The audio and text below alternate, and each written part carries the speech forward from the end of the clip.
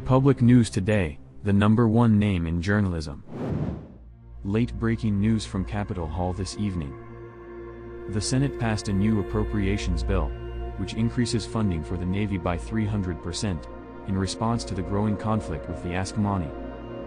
The bill quickly passed through the Senate Armed Services Committee, where it received unanimous support. Passage in the larger Senate proved more contentious, however. Resistance primarily emerged from those senators who believed that the best path forward to ending the conflict with the Ascomanni rested in diplomacy. Led by the late Senator Albus Latorius, this faction argued forcefully against additional spending without first exploring alternative solutions, a line of thinking that found traction with many of the core world's representatives.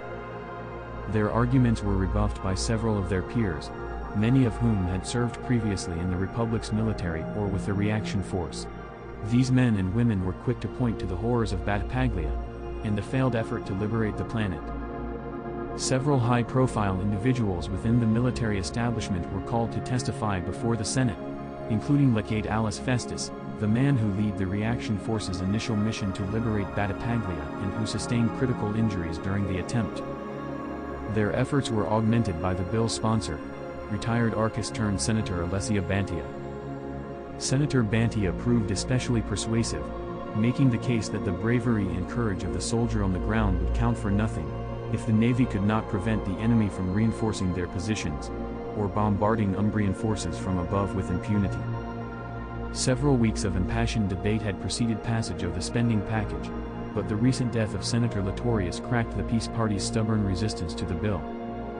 With a clear overture for dialogue brutally rebuffed, those arguing that the Republic faces an implacable and relentless enemy gained traction. Increasingly, politicians are framing the conflict as an existential struggle for the very survival of the Umbrian people. They suggest that negotiations cannot hope to be successful unless the Republic can present a credible force capable of beating back the Ascomanni.